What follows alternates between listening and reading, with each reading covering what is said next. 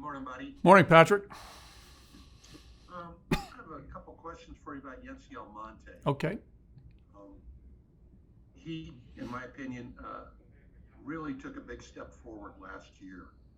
Um, I wonder if you agree, and if so, what were the components to what he did so well?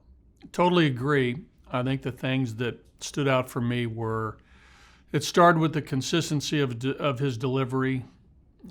He really kept his mechanics in order, controlled the effort level.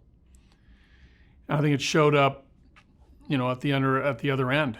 A lot of strikes, both fastball and slider, and the emergence of a changeup against left-handed hitters. So, but I think it started with the delivery, and then it started early on with gaining confidence in his results, and he just kept it going. So, really proud of Yency. Obviously it's a big league quality arm as far as stuff with the velocity, and the breaking ball is well above average. And again, it just goes back to strike throwing ability and getting the ball in good spots. And he did that for the most part all year long. You mentioned his big arm. His velocity doesn't match up, though, necessarily to, say, Jairo or Carlos Estevez, does it? It's not quite to that. No, I think so. Yes. Oh, it is? Okay. Yeah, it's right there. Yeah. I mean, Carlos, I think in 19, had some big velocities, right? I mean, Carlos threw the ball really well in 19, up to 100 miles an hour, and consistently in the mid to upper 90s. Yency pretty consistently 94 to 97. And with Jairo, it's been a little variable as far as his velocities. But, Jairo at times, especially in 19, was up, in the mid to upper 90s as well. But, all three guys have good live fastballs. And you mentioned Carlos Estevez. He told Thomas and me yesterday that that comebacker to the back of his hand eventually, at least according to him, really affected him toward the tail end of last season. He wasn't broken, but he said there was, in his words, an impingement. Couldn't control his slider as he wanted to. Yeah. Do you see that as one of the reasons he kind of fell off the table? Yeah, no doubt about it. I think that he showed a lot of grit pitching, with that hand that was pitchable, but he lost a little bit of feel just because the hand remained sore the rest of the season. But he was still able to pitch at a major league level, but he just wasn't quite the same. It affected him for sure. We've talked about players at the big league level, position players and pitchers both, during the course of a season. They're not always 100%.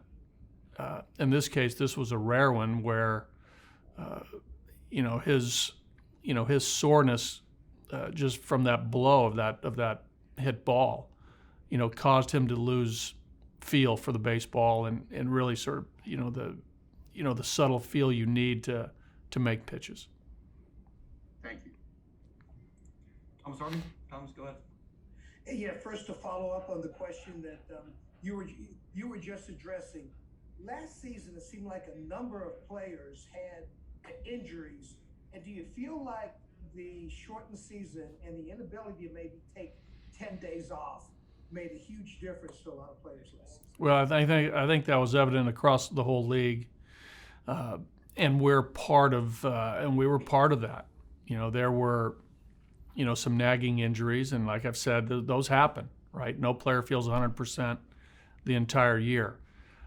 But because of the shortened season, because of how the season played out, players wanted to play, and they were physically able to play, but yet a little bit banged up. And I do think that a number of players across the league, their performance was affected by playing through certain injuries. With the exhibition season starting tomorrow, what are your priorities to get settled here in camp? I guess what would be your priority list when you're trying to make that 26-man roster?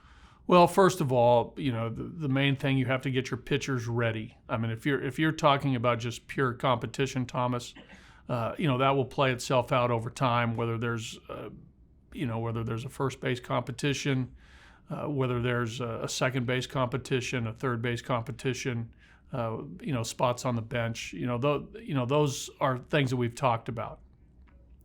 But the priorities are, in a broad sense, are to get the pitchers ready for April 1st, our 13 or 14 man staff, whatever that might be, get the starting pitchers' pitch count built up to be ready to pitch, anywhere from 80 to 100 plus pitches, to get the relievers ready to pitch frequently once the season starts, get the position players enough at bats to feel comfortable to start the season. To get players physically ready to play 9 innings, to get their whole bodies, their legs, from a physical standpoint, to be ready to play, a 3+ hour game. Those are the priorities. The things that we've talked about as far as the roster. You'll see that unfold as the spring goes on, as far as the competition. But we've talked about those spots that are open for players to try to grab. You look at your lineup as you want to have a set center fielder, second baseman, third baseman, or excuse me one second.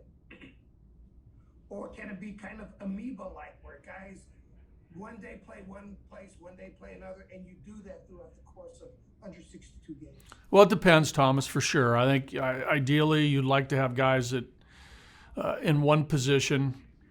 But we talk about the versatility of certain players that enable, days off for other players, the maneuverability of players to match up on a certain game against a certain type of starter.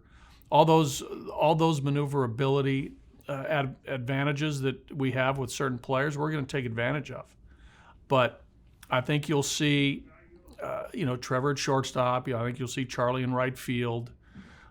We'd like to think that Matt could settle in at one spot. We'd like to think that Tapia will, can continue to hold down left field and be productive.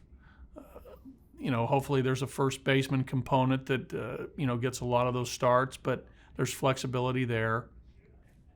It all depends. The season will tell us how to do that, but in this day and age, I think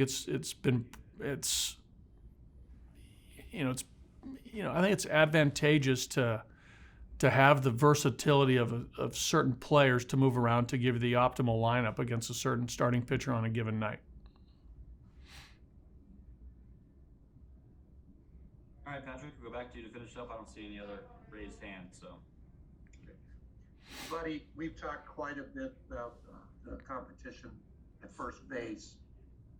You've seen up close and personal what Josh can do, at least in a kind of a limited size, but you've seen enough in more 2 years.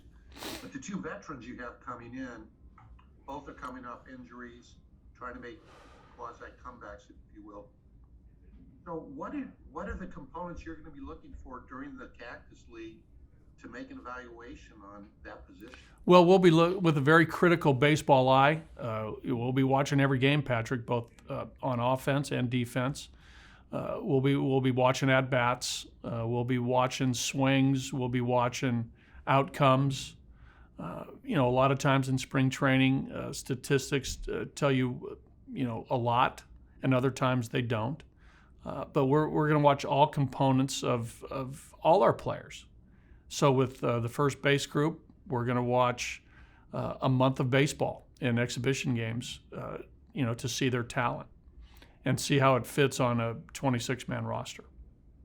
Is it saying too much to say the performance in this instance in Cactus League may be a little bit more important than it would be for some of the guys you've mentioned who are already entrenched in spots? I think so. Yeah, I think that's fair to say. But again, the performance will be seen through a very baseball critical eye. It might not be through pure statistical numbers that you might see on a stat line in a spring training stat pack. So, for instance, you'll be checking out things.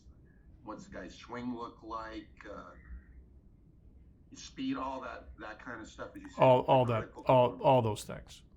Okay. How they're hitting the ball, how they're playing defense, how they're running the bases. All the things that go into evaluating a player. Excellent. Thank you, sir. You got it. I would go to Tracy, and then we'll finish up with Thomas. Trace, go ahead. Skipper, how much does it look to? I know the business side's going to be happy that they're going to be able to sell some tickets. In 12,500, that would have been a big day when you were in Seattle, not a lot of places. So considering what we've been through, 12,500 fans initially coming to games, how big a deal is that for you guys? Does it matter? I think it matters. I think it's great. I think players relish playing in front of fans. I think players, in a lot of ways, enjoy being the live entertainer. They like that stage. I think that's part of what drives a player is that portion of being a major league player or an entertainer. They like that, and a lot of times that fuels them. Some guys more than others, but I think it creates a better environment to play in for the guys. I think it creates a better environment for the viewer who's watching on television. The feel in the ballpark will be different than it was last year drastically.